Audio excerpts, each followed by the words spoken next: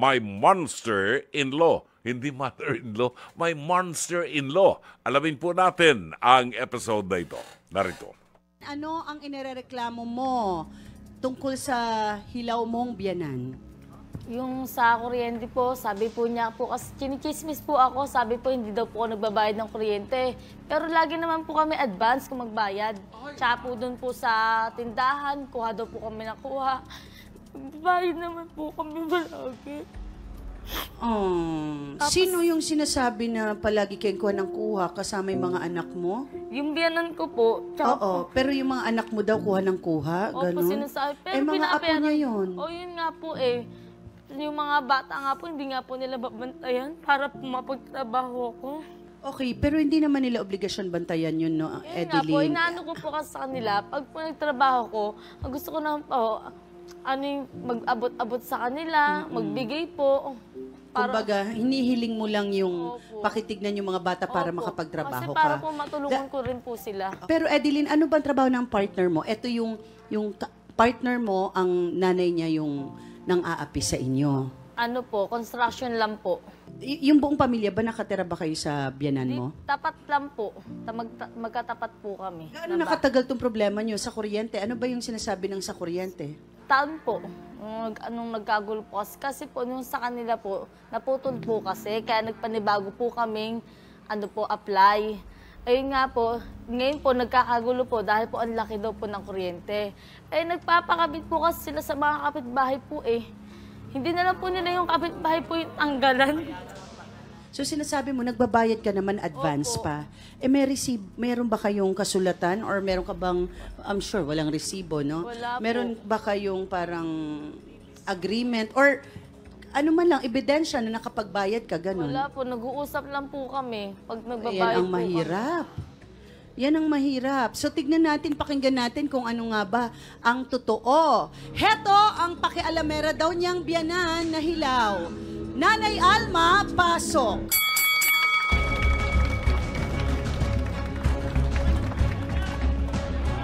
Hindi kita pinakikialaman. Ang sinasabi ko lang sa'yo, yung tindahan ko, inuubos nyo lahat-lahat. Edeline! Ay, hindi po kayo dyan, Nanay Alma. Doon po kayo. Nanay Alma, Hindi naman pala may pag-aaway. Sisermonan lang. decide saan Hindi kayo ako uupo? nakipag-ano sa'yo, hindi ako pinakikialaman ng buhay mo. Dahil wala naman ako pakialam doon. Ang tindahan ko na at yung bayarin dapat. Bayaran nyo. Hindi dapat yung... naman kami sa inyo. Edeline, hindi. Anong binabayad nyo? Posible Sabi nyo naman wala hindi. kayong pera. Lagi naman tayo Nanay kayong Alma, pera. tanong ko sa iyo, ito bang may mga utang sa iyo ay kasama ang mga apo mo? Opo, ma'am. This is your time to shine. Ma'am, ang inano ko lang naman sa kanila, yung tindahan ko, dahil galing sa utang yon. Kailangan ko lang magpursige dahil parang magkakaroon din ako ng pagkakitaan ko. Okay. Eh, ang anak niya, kuha ng kuha. Pag pinagsabihan mo, nagagalit pa sila lahat. Ilan pong At anak? madamot daw Ilan ako. ang anak nila? 3, ma'am. 3 apo mo. Ano ba ang mga Dalawa ang kumukuha, pati sila maghapon. maghapon? Gusto Ano yung nila mga doon kinukuha? ba na kukunin nila lahat? O, ano kinukuha? Kape, tinapay, lahat na, soft drinks. Eh, kasi Nagbibigay ka naman sa mga apo mo binibigyan ko ng sila, pang ma'am. merienda. Opo, ma'am. Pero sobra-sobra naman ang pagbibigay ko kasi kaya ang tindahan ko, patay sindi sa ginagawa nila. Ako lang nagsisikap. So every time na kukuha, Nanay Alma, hindi mo ba nahihindian? Para talagang hindi pwede ngayong araw na ito, buong linggo walang uutang. Hindi, ma'am. Pag sinabi nilang kukuha, ay talagang kukuha sila. Hindi ko sila mapipigilan. Iiwanan ko sila sa tindahan. Pagbalik ko, wala na yung tinda. Pati pirahan ko, wala nang laman. Matutuwa ba ako doon, ma'am? Totoo ba Oo. ito, Edeline? Sino pagbibigyan? Yun nga po, kumukuha nga po kami. Pero po pag nag-aabot naman po ako sa kanya eh. Naglalaba nga po ako eh. Nag-ano po ako, may extra Pero po. Edeline, dapat ang kinukuha nyo nakalista, ha? O yun nga po, Para sinabi alam ko nyo nga rin po yung- kay mama, sabi ko, ma, ilista mo lahat yung utang ko. Sinasabi niya, mag-abot na lang daw ako. Eh, nag-aabot naman po ako, kada sahod ko naman po, eh, nagdalabaw nga po ako eh. Pag wala Alam pong- nyo, ang nangyayari kasi sa inyo, wala kayong tamang pag-uusap or kasunduan, 'di ba? Ano bang nirereklamo mo talaga? Yun nga po, sa kuryente po. Ano yung nangyari sa kuryente, Aling Alma? Totoo lang, ma'am. Yung kuryente namin, ang laki. Paano? Ako lagi ang nag-intindi. 2 buwan bago kami makakabayad. Dahil pag sinisingil ko sila, minsan may trabaho at wala. Naghahagilap ako ng pambayad. sila hindi nag-iintindi, ako pa rin lahat. Yung ba naman yun, iintindihin ko pa lahat sila? Obligasyon ko ba naman lahat yun? Aling Alma, tama ka naman dyan. Pero Edeline, ano yung sinasabi mong nagbabayad ka naman? Nagbabayad Advance naman. pa. Opo, nagbabayad naman po ako eh. Tuwing pagkatas ko maglaba, pag wala pong tumatama sa akin sa ending, inaabot ko nga po sa kanya eh. Naabot ko sa inyo, ma. Pag wala nag-aano sa akin sa ending, tumatama ah.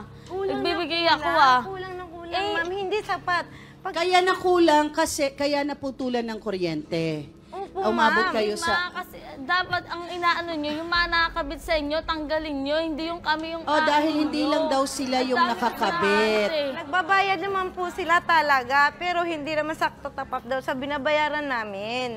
Okay, pero magkano ba ang kulang? Ano ba tong kulang Ano kasi na ang maabot talaga, ang kuryente namin, ma'am, kulang-kulang 9,000. Sa isang buwan po yon. Grabe. Pag sininyan Ba't ko ang sila laki? naman, laki. Ayun nga po, yung mga kapitbahay po kasi namin doon, pinakabit Oh, nga bakit po po nila. kayo nakapagpakabit Tapos ng kami kap, po hindi yung nagbabayad? Nagbabayad, ma'am, kaso lang talaga, wala sa panahon. Kaya din ako, nagagalit din sa kanila. Wala akong nagagawa doon kasi naaawa naman ako kasi kamag-anak din. Ma'am, kasi Kaya nga sabi po, ko Okay, sa so kanila, bakit si paghati-hatian. Edeline ang nagsasakripisyo? Sila lang dapat ang nakakaintindi sa akin. Nahihingihan ko sila ng tulong. Natulungan nila ako. Alam niyo mga lola at mga lolo, lahat halos ibinibigay namin sa aming apo. Kung may tindahan, kung may sari-sari store, kung anong ituro ng apo, sige lang, oo, hindi na sinisingil.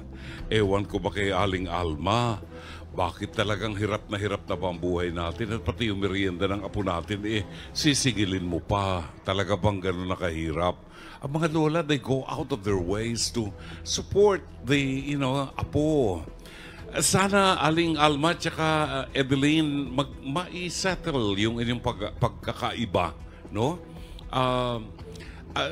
Sistema lang siguro kung nagbabayad ka, kumuha ka ng listahan ng binayaran mo para hindi yung iaasa na lang natin sa memory ni Nanay Alma.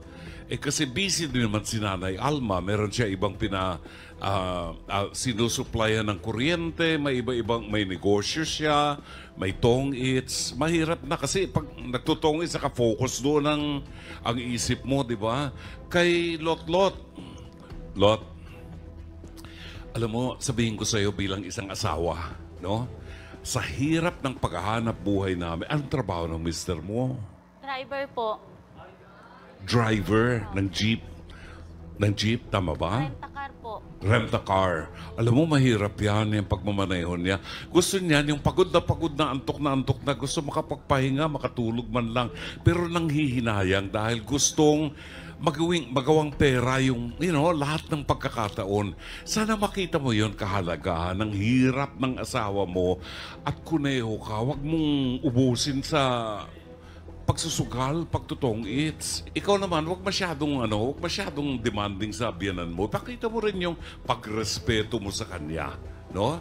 At si nanay, intindihin mo rin yung siguruhin mo lang na huwag mong pakialaman ang pagpapatakbo ng buhay nila. Yung negosyo mo, asikasuhin mo. Basta nag-asawa na ang anak natin, pabayaan mo sila. Gagabayan mo lang pag lumapit sa'yo. Nay, kailangan namin ng tulong. Okay?